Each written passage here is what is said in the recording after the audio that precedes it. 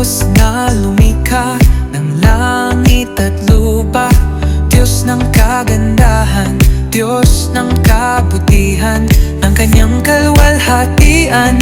Wala kang kasing ganda, O Diyos, wala kang kapantay. Mahal na mahal kita, Panginoon. Mahal na mahal kita, Panginoon.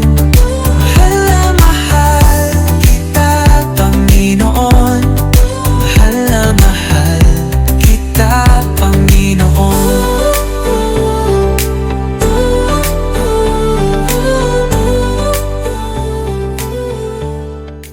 You need to include God in your life. And that's why you have to understand that God, only God has the power to renew a person. To give us a new spirit, a new heart. And also, si Lord lang makakagawa mo.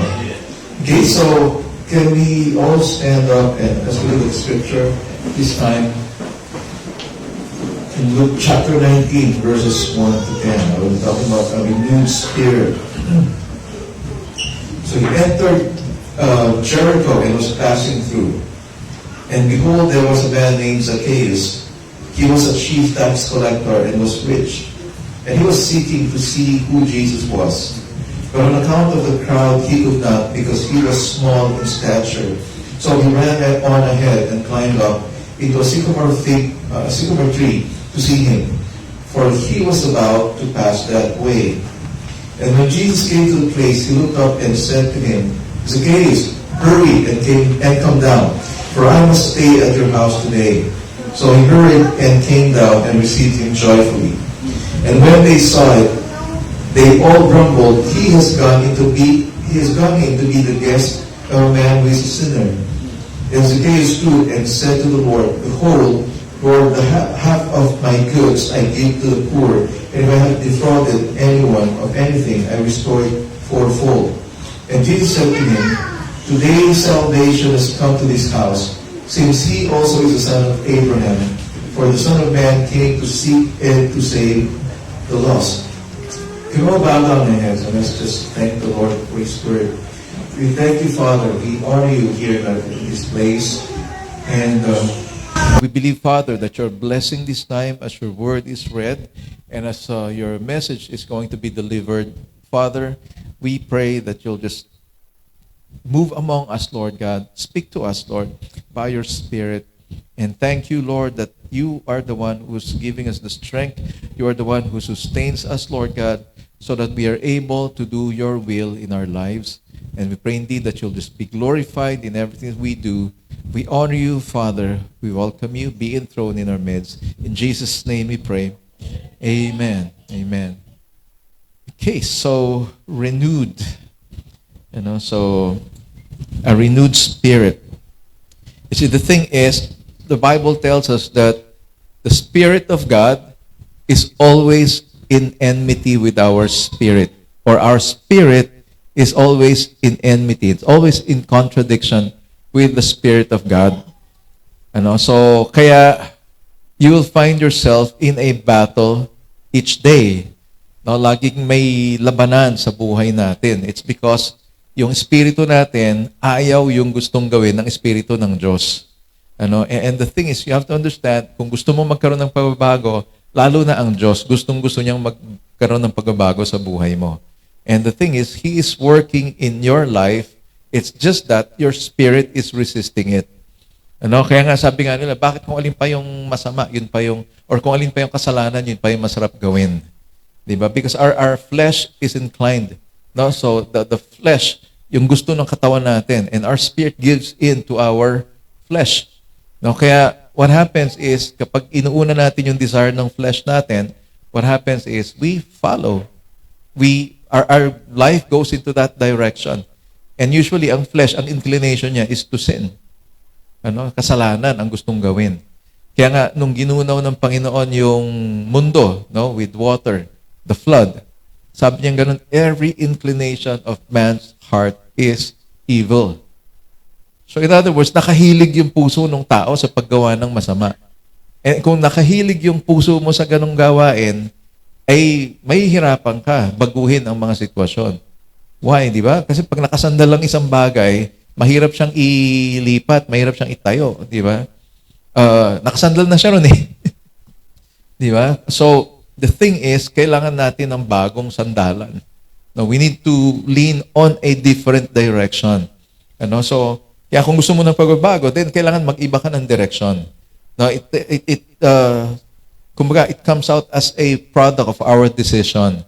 No, that's why it's very important, no, na tayo ay alam natin yung mga bagay na binidesisyon na natin or yung mga choices natin, ano?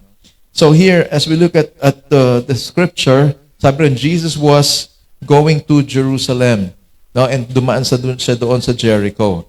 And this actually, kumbaga, Jesus is fulfilling, no, the very prophecies about him. And in a matter of time, no, he will be crucified. And so as he entered Jerusalem, he is now a public figure, no, a popular one, ano? So talagang kahit saan siya pumunta, dinudumog siya ng mga tao. Okay? So kilala na siya. And alam na ng mga tao kung ano yung mga miracles na nagawa niya. Except for one person here, there was someone who wanted to see him and to find out who he really was. No, gusto niya makita kung sino talaga si Jesus. No, and that is Zacchaeus. And we see here that Zacchaeus is a good example of renewal or change. Ano? So pagbabago. No, the Bible is so full of stories about lives of people change. Ano? And today, kung babasahin nyo nga yung Book of Acts, ano, natapos yung Book of Acts, parang bitin siya. Paul was preaching while in prison, and doon nag-end yung Acts. Because the thing is, yung Acts of the Apostles, or what also is called the Acts of the Spirit, is still happening today. Kumikilos pa rin ang Panginoon. So if the Bible is full of lives, people's lives change, nagtuloy-tuloy siya hanggang sa panahon natin, and God is still in the business of changing lives. No? And the thing is, God needs our cooperation. Na gusto mo ng pagbabago, sabi ng, di ba, ng Proverbs 3, 5, 6, sabi niya gano'n, di ba? Trust in the Lord and lean not in your own understanding. No, kung pagbabago ang gusto mo, don't lean on your own understanding. No, ang ganda nung sinabi sa Tagalog, huwag mong isiping marami ka ng alam. Ano? And that is a reminder to us that we need God. Na because kung ang tingin natin sa sarili natin, marami na tayong alam, we are in danger of, alam mo yan, hindi mo nakakailanganin ng Diyos eh. No, kapag meron ka na lahat ng kailangan mo, no, everything is going well, tendency is makalimutan natin ang Panginoon. And the truth is, whether we are doing good or things are not doing well, kailangan natin ng Panginoon in both ways. And so Jesus was fulfilling the prophecy as he entered Jerusalem by the way of Jericho. No, so may mga pinagtatalunan pa rito kasi do sa ibang do sa isang gospel. I don't know if it was Matthew or Luke or Mark. Sabi ron, Jesus was entering Jericho. Now, doon naman sa isang book, Jesus was leaving Jericho. Ano, so alin daw doon yung tama? Papasok ba talaga siya or paalis siya? Ano, and the thing is, there is a Jericho, the old Jericho and a new Jericho. Ano, so kumbaga ang ano doon, magkaiba ng perspective kasi yung sumulat. Yung isa nakatingin doon sa paalis si Jesus, palabas siya ng Jericho, yung isa naman papasok ng Jericho si Jesus.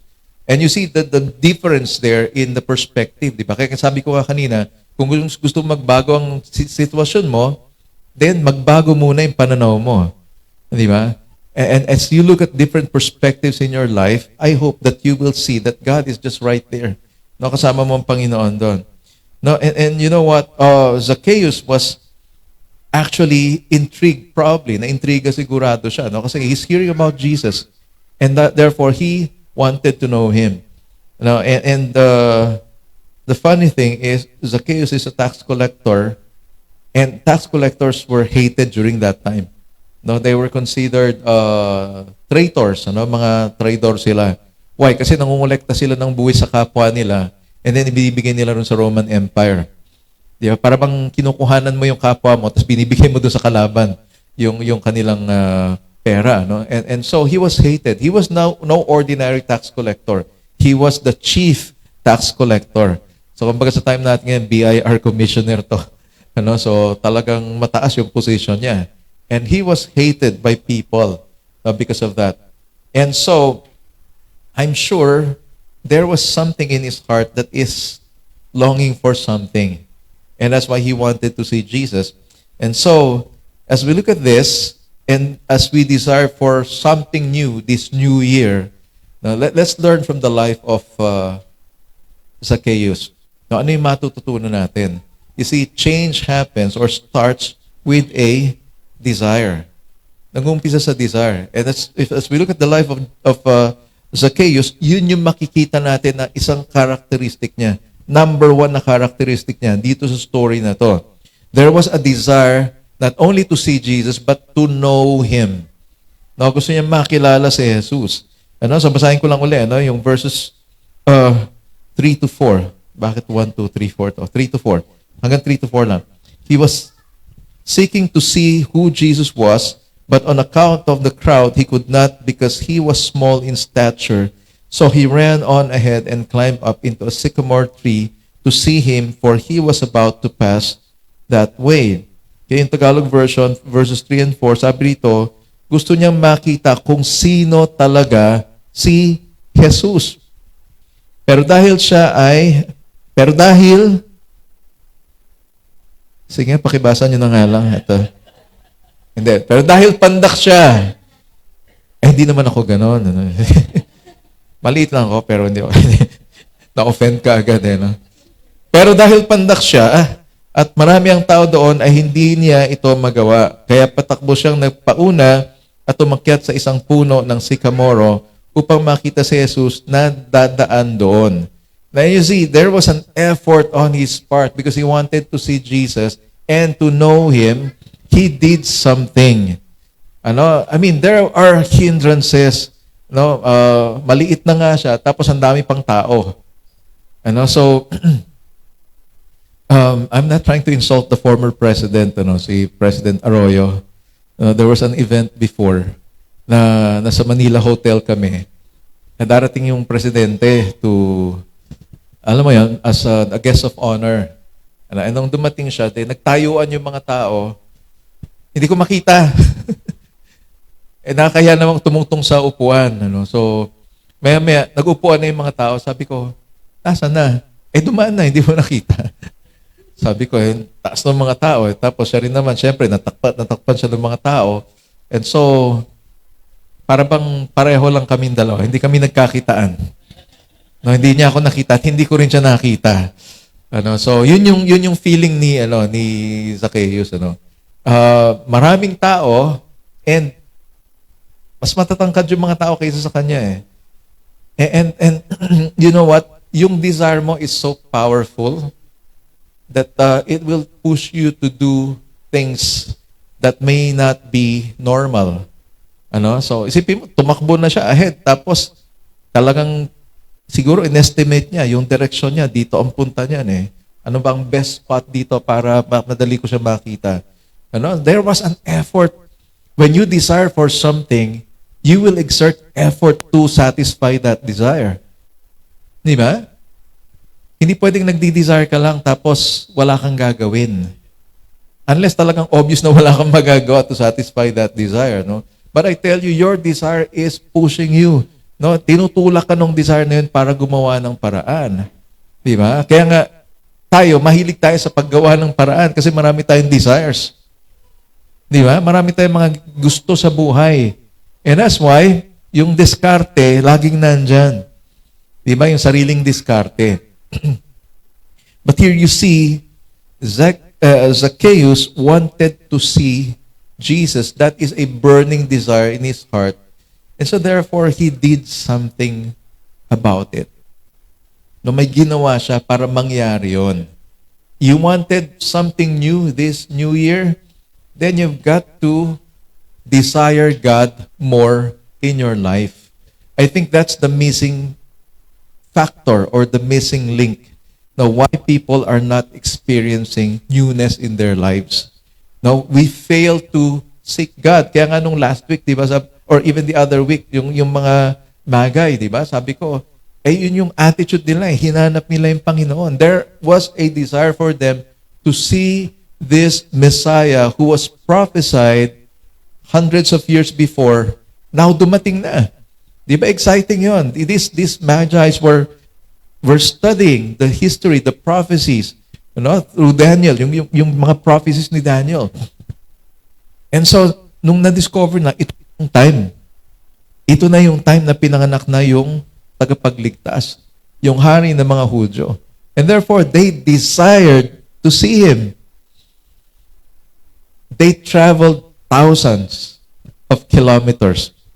1,200 plus kilometers on camel and on foot. Di ba? Kaya nga inabot ng taon yung biyahe nila. To the point na pagdating nila, bata na si Jesus, hindi na baby. And you see the effort there. No? You desire God, it doesn't happen easily. No? But the thing is, you have to do something about it. You have to make an effort to seek the Lord. And seeking the Lord sometimes, kailangan mo talaga ng specific place eh. And usually, it is a quiet place. Mahirap madinig ang Panginoon. Mahirap makita ang Panginoon sa gitna ng kaguluhan eh. And that's why, if you're going to look at what happened to Zacchaeus, lumayo siya dun sa crowd eh. Lumayo siya dun sa crowd. And it tells us something. In order for you to see who Jesus is, lumayo ka muna dun sa crowd. Sometimes we have to go out of our daily routine. Kaya nga maganda talaga na at the start of the day, unahin mo na si Lord eh. Di ba? Bago pa dumating yung mga maraming distractions. And Zacchaeus was hindered by so many people. Crowd eh. Kaya nga sabi nga, may mga pagkakataon si Jesus hindi na makapasok sa isang lugar dahil bago pa man siya makapasok, nandun na yung mga tao. Does that tell you something? Minsan sa umaga, sa umpisa pa lang ng araw, ang dami mo nang naisip na gagawin. Ang dami mo ng mga bagay na concern ka na kailangan mangyari to the point that you are hindered. The Lord is blocked from your life. Instead na si Lord ang nauna ay kung ano-ano na nauna. Di ba? So parang yung isang tawag dito, gagawa dapat siya ng bangka eh. So nandun na yung troso niya. Kaya lang bago siya nakarating doon sa troso niya, nakita niya yung kulungan ng kanyang mga manok ay kailangan ayusin, di inayos muna. And dahil sira yung kulungan ng mga manok, marumi, so naglinis muna siya. Hanggang natapos yung buong araw, yung troso naghihintay doon. Hindi niya na nagawa yung kanyang gagawin. Diba? There are so many things that can distract us. And that's why it really is a battle. Labanan talaga siya. Now, if you want to see the Lord, I tell you, there will be a lot of hindrances. There will be a lot of challenges. And it will take you to what? To that point that you have to step back. Kailangan kang lumayo doon sa crowds. So mahirap hanapin ang Panginoon when your mind is so full of many things. So many things. Mahirap marinig ang Panginoon kapag marami kang naririnig na boses. And that's why you have to step back. Kaya si Zacchaeus lumayo siya eh. So, kung tutusin, napakasimple lang nung gusto mangyari ni Zacchaeus. Gusto niya makita si Jesus. Simple lang yun kung tutusin eh. But then, yung effort na ginawa niya has to be, alam mo yun, beyond the simple things. Okay? Hindi simple yun. Maliit ka na ng tao, aakyat ka pa ng puno. Diba? Ang hirap yata umakyat ng puno. Siguro, mababa lang din yung puno. Or yung pagkakahilig siguro ng puno, medyo parang paslan. So, we don't know. But the thing is, he gave everything he has to climb that tree, find a better spot on that tree, Di na nga siguro niya inisip, kaya ba ako nitong sanga na to? Di ba? Yung mga ganon.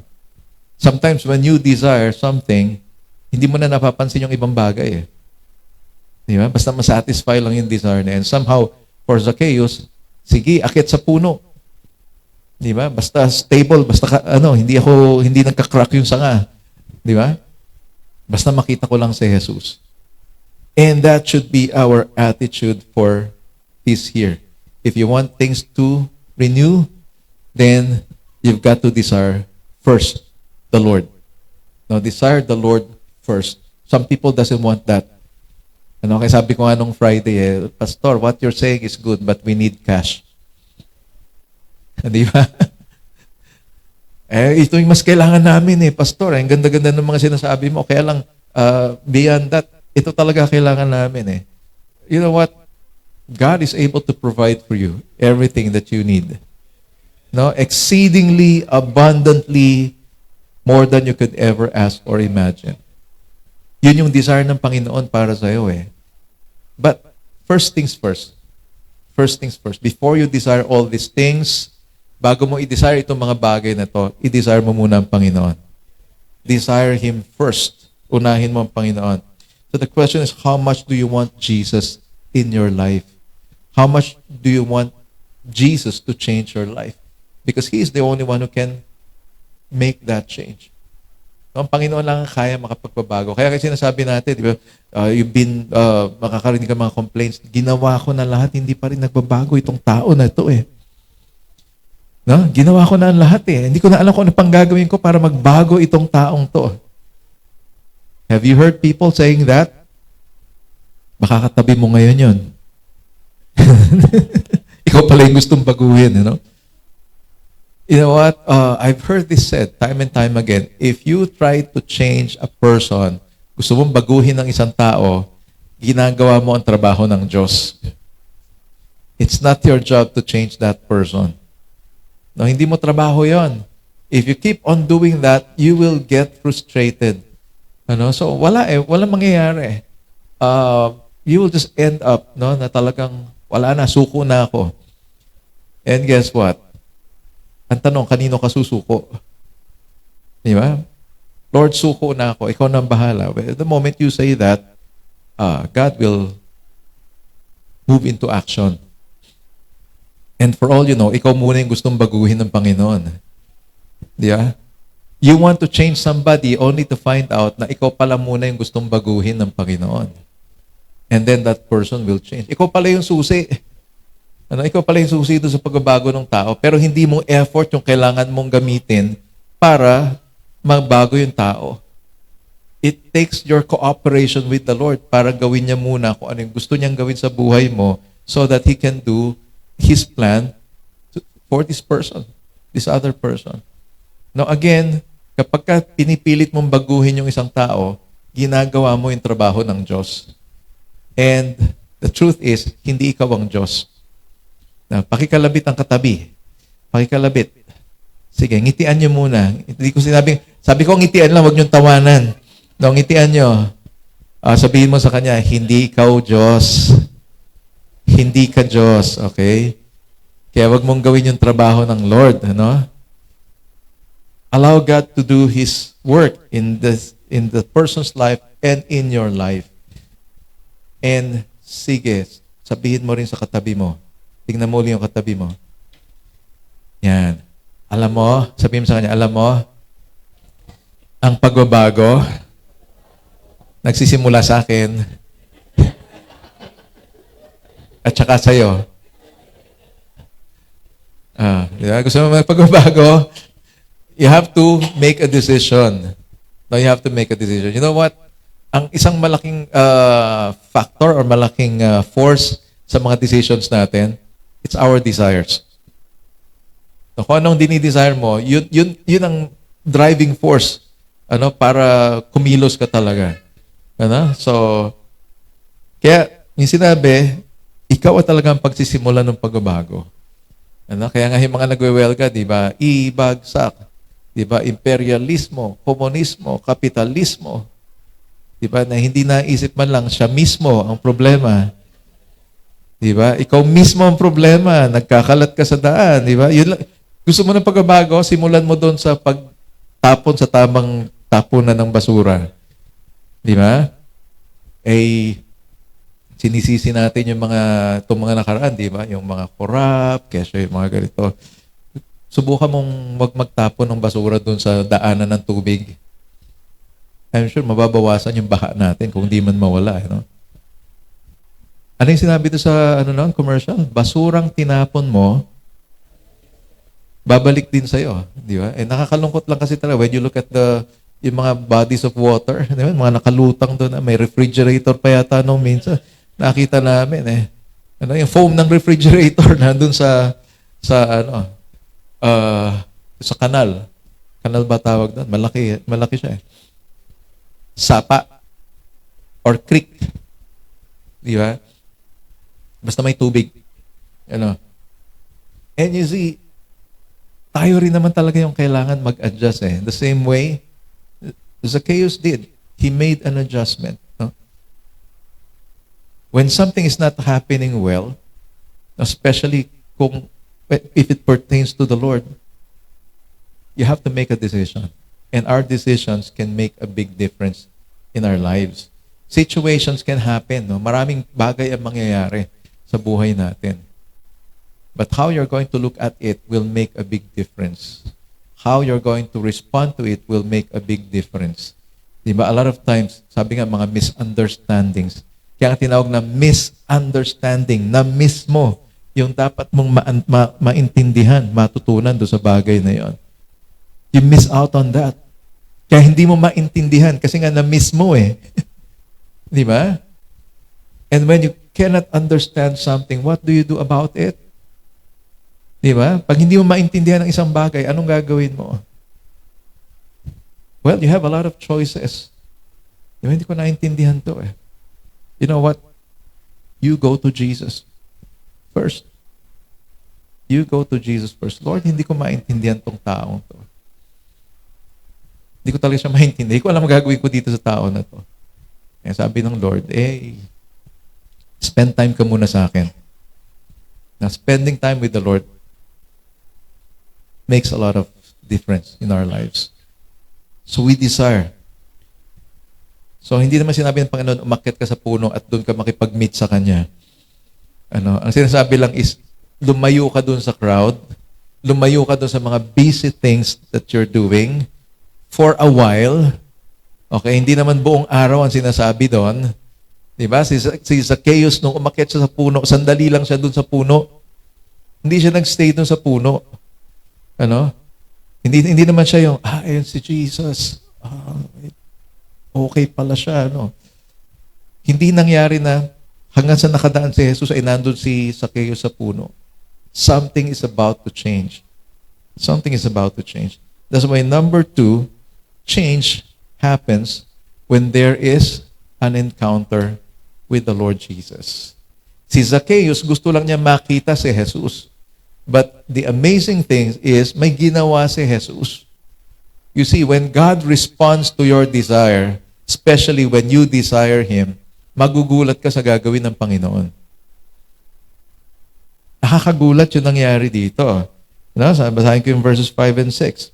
Sabi ito, and when Jesus came to the place, He looked up and said to him, Zacchaeus, hurry and come down, for I must stay at your house today. So he hurried and came down and received him joyfully. Masayang-masaya siya na tinanggap ang Panginoon. So, pagdating ni Jesus sa lugar na yon, tumingala siya at sinabi, Zacchaeus, bumaba ka kaagad. Bumaba ka agad dahil kailangan kong tumuloy sa bahay mo ngayon.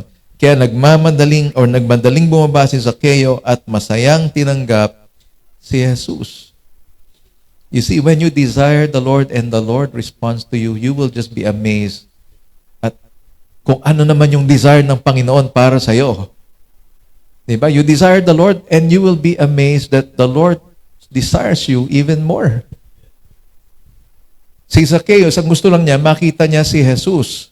Pero si Jesus, ang gusto niya, pumunta sa bahay ni Zacchaeus.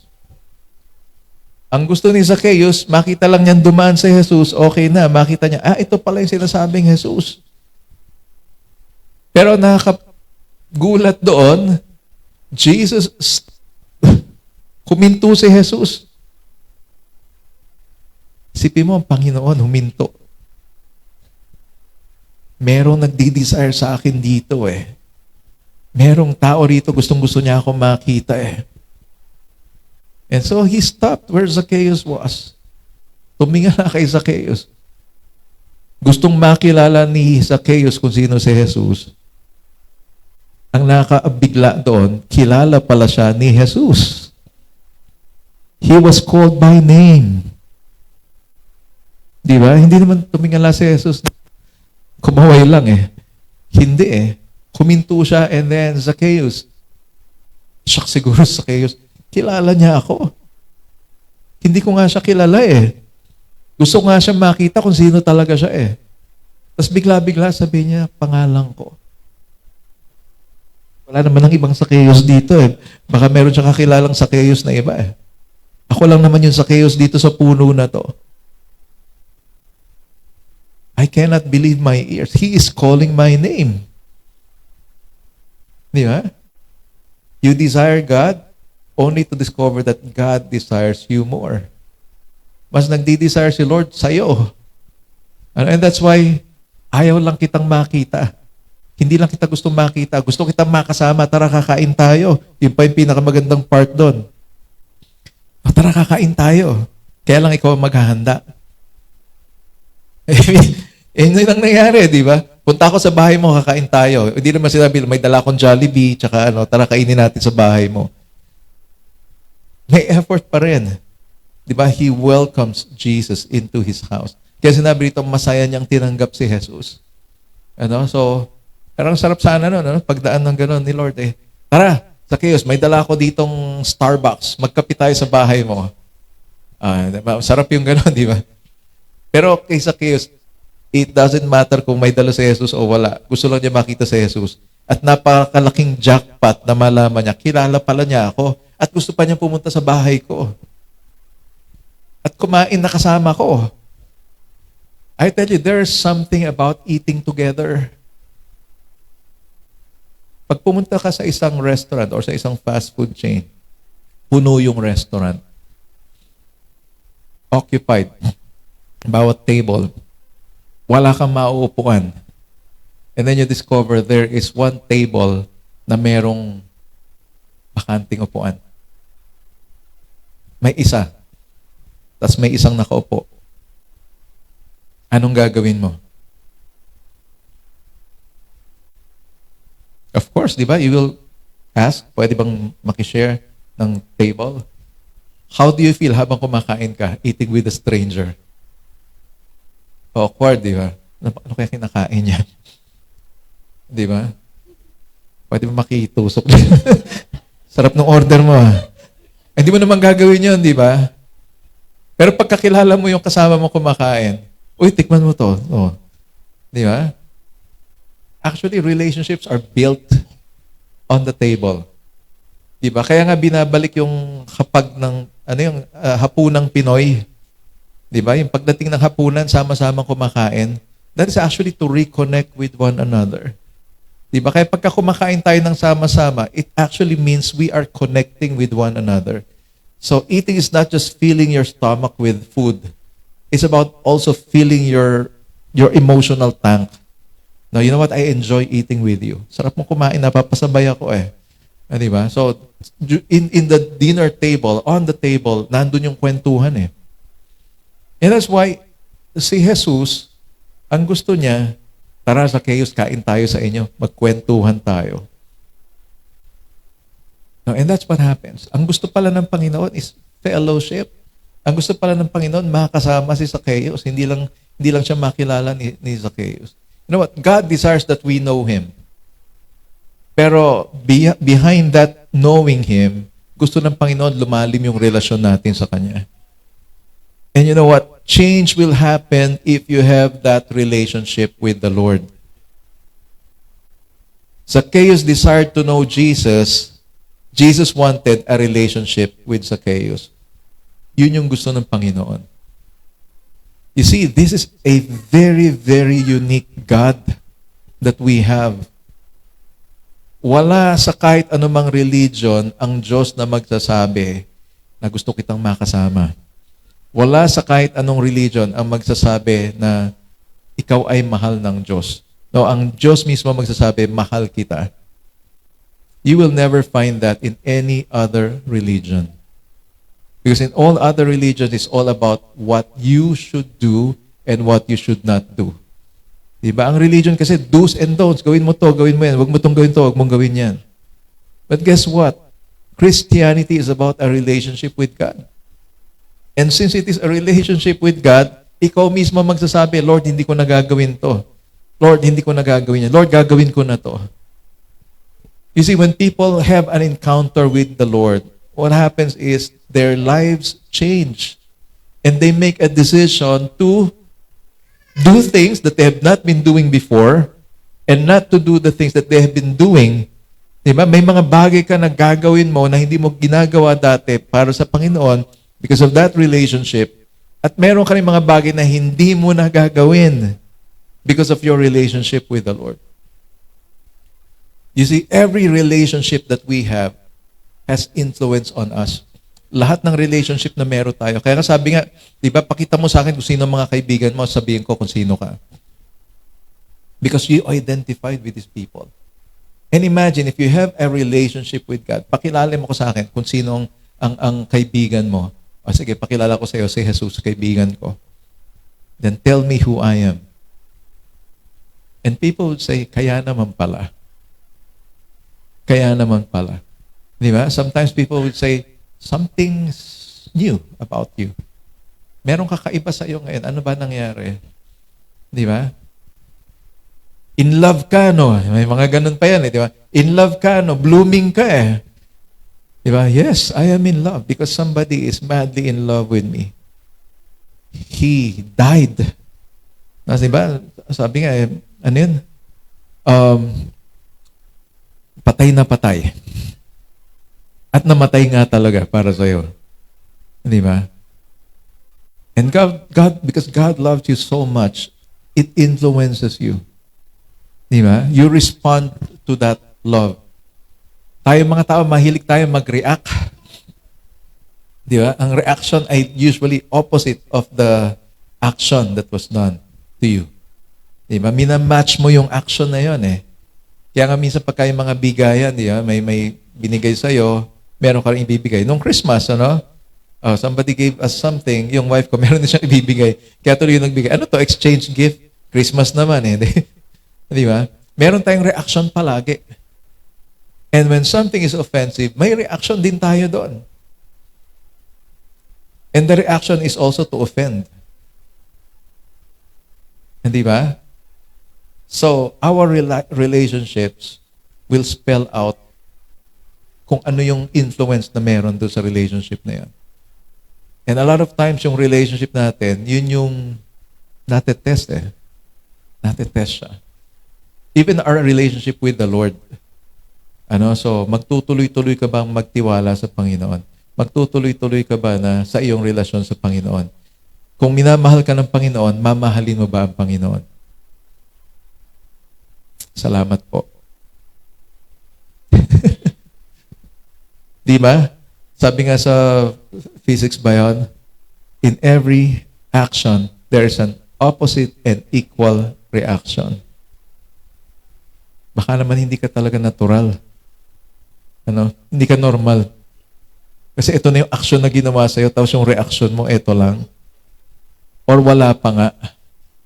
Di ba? Jesus did something. So, yung effort ni Zacchaeus, umakyat sa puno, lumayo sa crowd. Pero ang effort ni Jesus, tara, punta tayo sa bahay mo. I want to spend more time with you. Anong reaction ni Zacchaeus? Busy ako. Sige lang, gusto lang naman kita makita. No. His reaction was, or his response was, joyful reception. Tinanggap niya si Jesus ng buong galak sa puso niya. And guess what happened? Guess what happened? Number 3.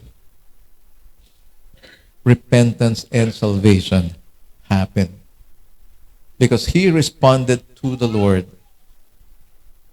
There was a genuine change. Kapag kumilos ng Panginoon sa buhay mo, ito na talaga yung totoong pagbabago. You know what? I have been praying to the Lord that people in our church will really encounter the Lord. Sana po pag pupunta tayo rito, ang hinahanap natin si Lord. Okay lang naman hanapin ninyo yung inyong best friend dito sa church. But more than your BFFs, hanapin niyo yung pinaka-BFF talaga natin. And this is a best friend forever. Si Jesus.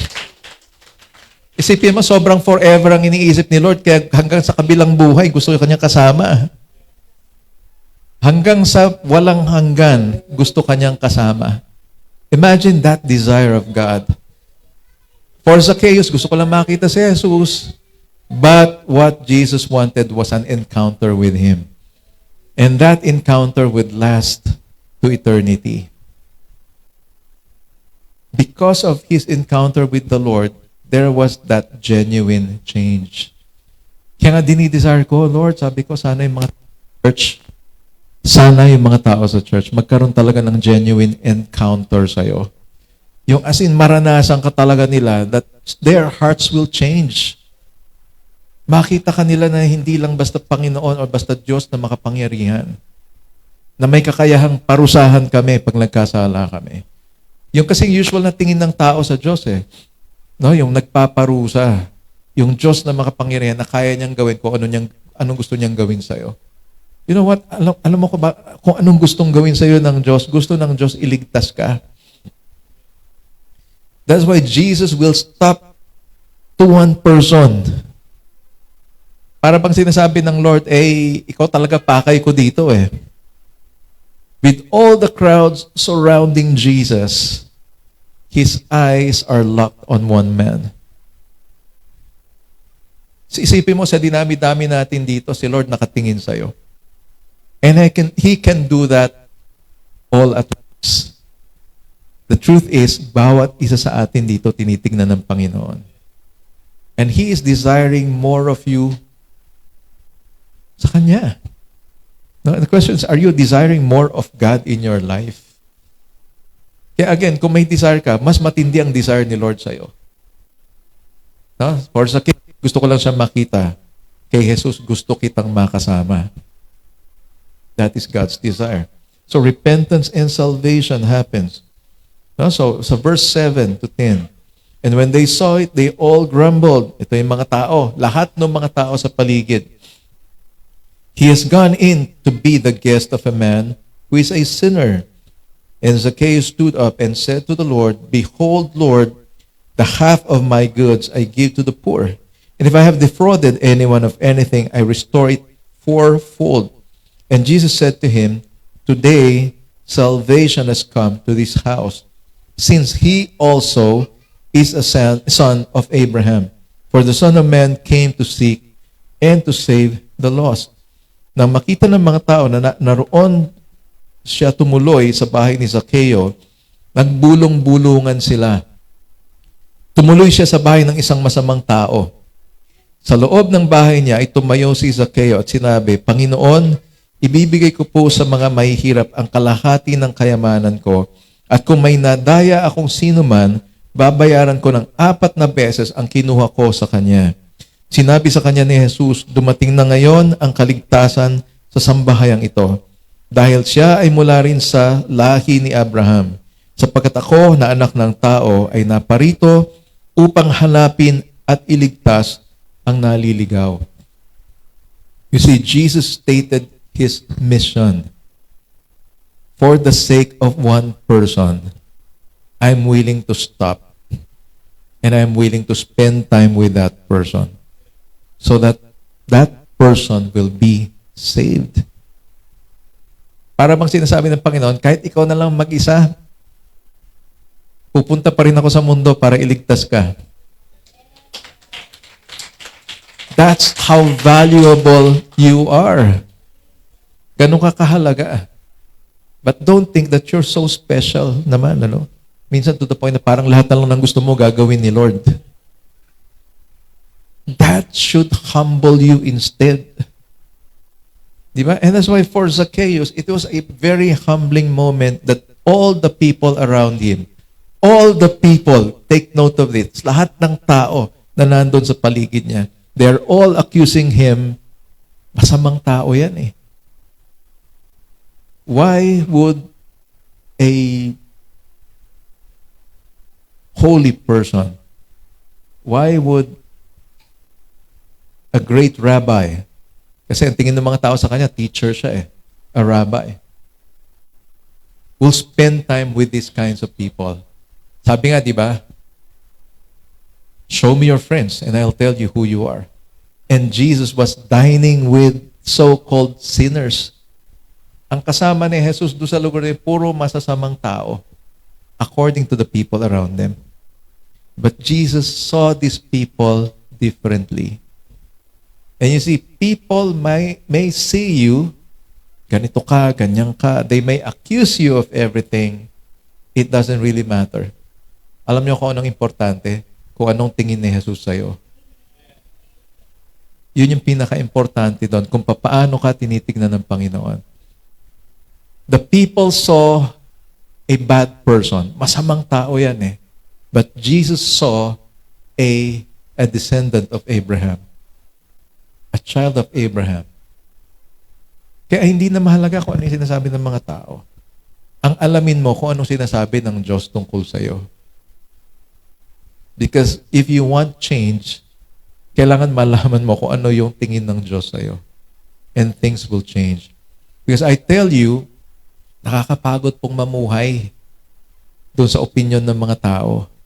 In fact, isa sa pinagsisisihan ng halos karamihan, no? Sa karamihan ng mga tao, isa sa pinagsisisihan nila kapag malapit na silang mamatay, yung namuhay sila according to other people's opinion. Kasi sabi ng mga tao, ganito ako, dapat ganito ako, dapat ganyan ako. Diba? Nabubuhay ka doon sa hindi mo dapat na buhay. Kasi ang pinamumuhay mo, kung ano yung sinasabi ng mga tao tungkol sa'yo. And it is a tragedy, no? Na ipinamuhay mo yung hindi mo dapat na buhay. Ang dapat mong ipamuhay ay yung kung ano yung buhay na dinisenyo ng Diyos sa'yo. Kung sino ka sa Panginoon. And I tell you, that will be a very satisfying life. Masasabi mo at the end of your life, Lord, thank you, mission accomplished. I am satisfied with how I lived my life because I know I have lived it according to your plan, according to your ways. I have received so many criticism. People are saying this and that about me. No? But what is really important to me is what you're saying to me. Kung sino ako. And I'm sure Zacchaeus, pareho kasing letter Z.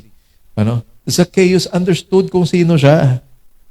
Kaya, Lord, kung meron akong niloko, kung meron akong na-scam, babayaran ko ng 4 na beses. Lord, alam ko, masama akong tao. Pero now, kalahati nung ari-arian ko, binibigay ko na sa mahihirap. And you see, when your life change, magbabago na yung desire mo eh. Lord, wala nang halaga itong mga ito sa akin. Na ang mahalaga na sa akin ngayon ay kilala kita, kilala mo ako, may relasyon ako sa iyo. And I know my life will be so different from who I am right now. And you know what? The Lord has given us the Bible. Makikita mo rin yung pinaka-desire talaga ng Panginoon is eternity for every one of us with Him. Yun ang gustong mangyari ng Diyos. Ano sinabi yan? Ang anak ng tao ay naparito upang hanapin at iligtas ang mga naliligaw. And so, makita natin dito yung repentance sa buhay ni Zacchaeus. And when we repent, that is where real change happen. You know why? Kasi yung repentance, pagbabago ng direksyon. Meron yung isang lugar, dito sa Pilipinas, may mga lugar na hindi ganun ka-accessible before. Diba? Nung nagawa yung SC-TEX, that's Subic, Clark, Tarlac Expressway, naging madali na yung pagpunta doon sa mga lugar na yon. And the thing is, dati ang dami mong dadaanan na bayan, di ba? Para pumunta ka sa Zambales or sa... ngayon yung SCTEX, dumadaan ka sa gitna ng bundok. Dumadaan ka doon sa bundok na hinati. Di ba? Sa Indonesia, merong road papunta doon sa Bali Sea, sa dagat.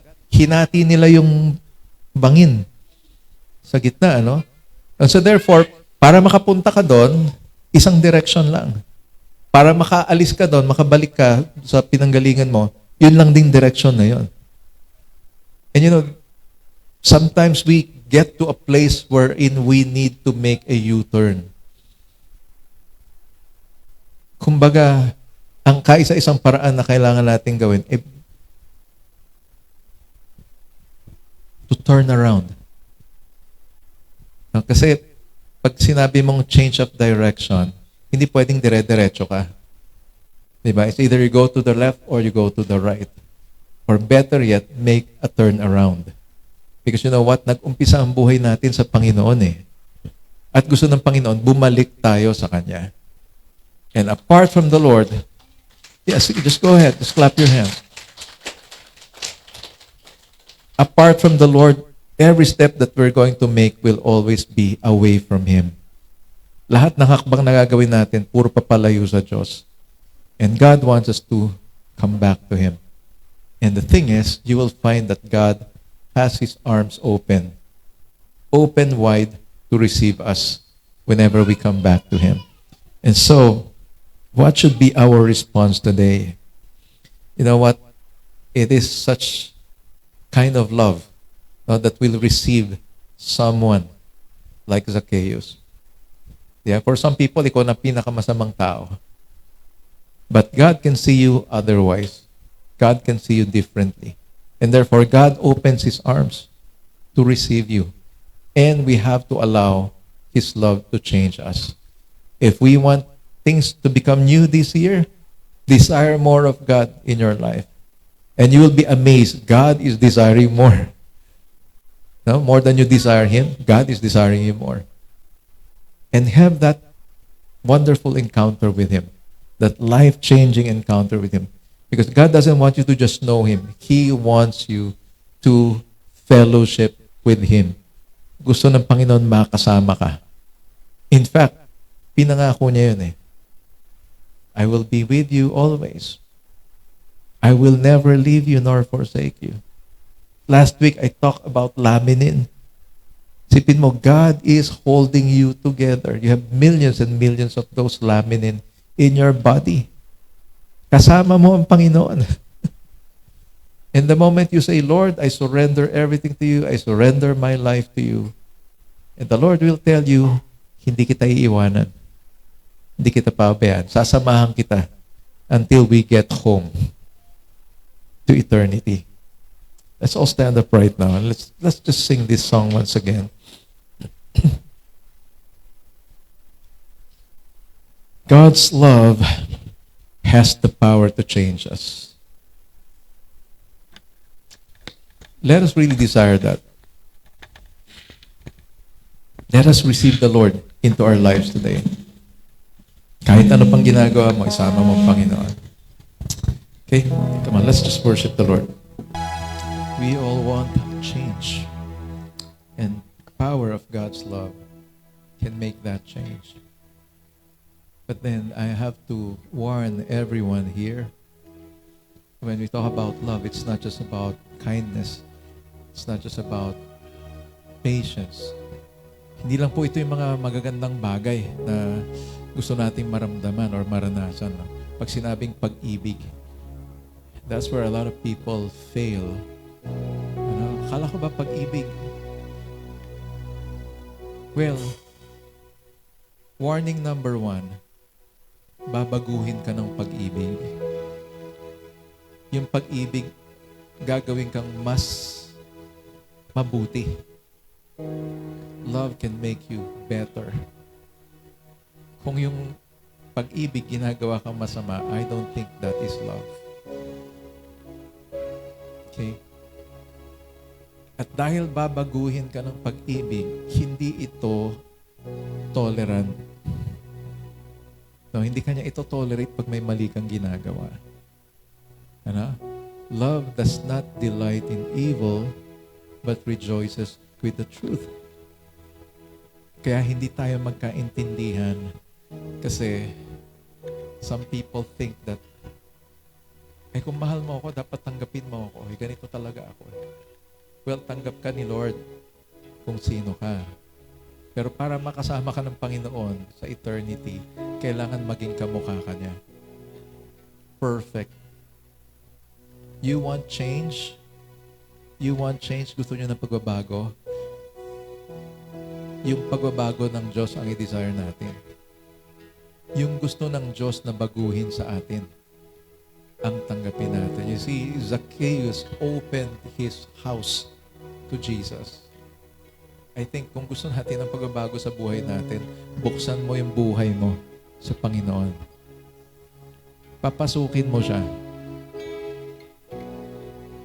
And you see, when Jesus entered the house of Zacchaeus, his life was changed. He made a drastic move, decision.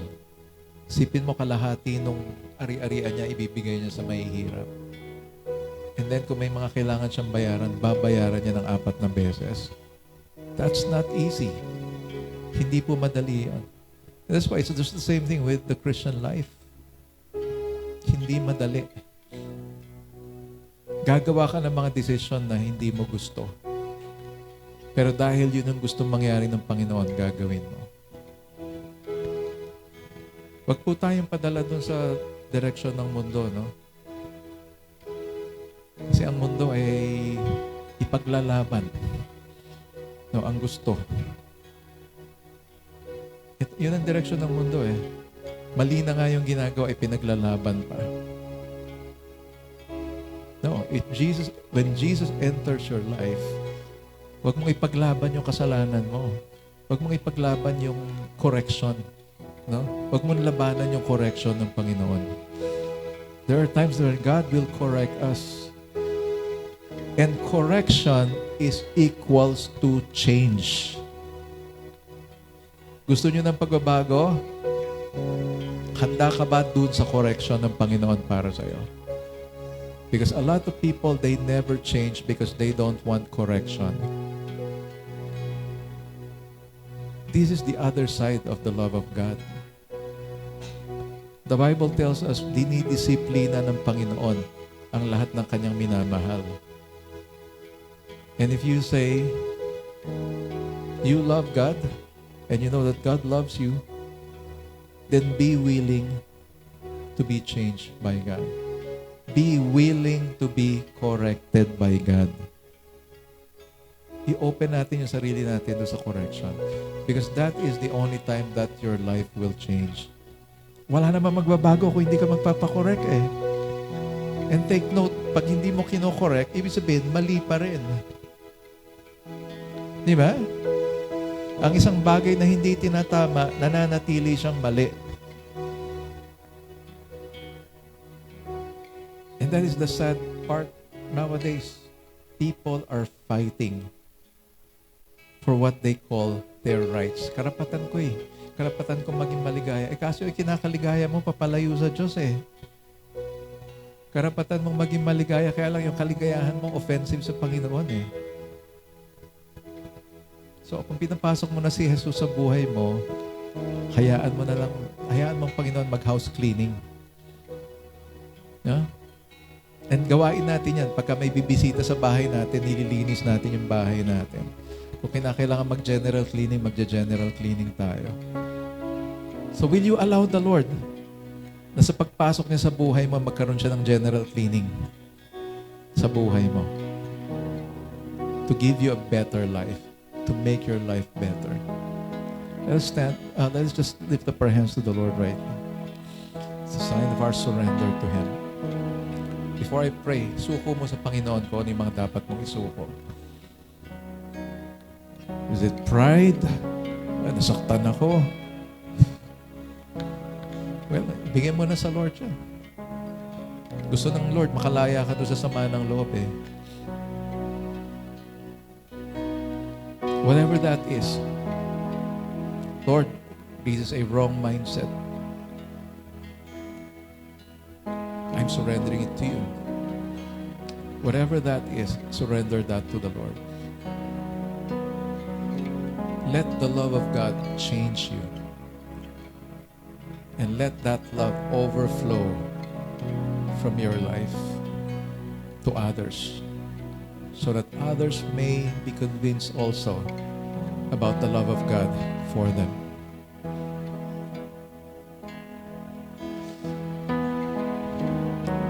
Oh Father, you see these hands that are raised right now, and you see the hearts being lifted up to you. Father, we believe, Lord, that you're receiving every one of us. Father, we're lifting up our hands to you as a sign of surrender. But also, God, we are lifting up our hands to you like a child lifting up his or her hands to the Father. Thank you, Lord, that like children, God, you are carrying us right now, God. You are receiving us, Lord. You're accepting the things that we are surrendering to you, Lord. Thank you, Father, that you open your hands, you open your arms to us to receive us, Lord God. Thank you, Father, that you are not rejecting us, but instead, Lord, you are receiving us to yourself. Thank you, Father, for your grace, that we can start a new life, Lord.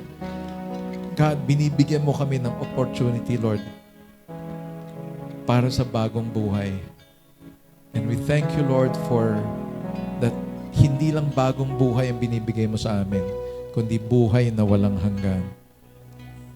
Thank you for your grace, Lord God, that enables us to change. People may have made New Year's resolution at the start of this year, pero this time, Panginoon, hinahayaan ka namin. Ikaw ang bumago sa amin, Panginoon. Not our own efforts, not our own understanding, but the power of your love change us, Lord God. Thank you, Father. All this we pray in Jesus' name. Amen. Amen.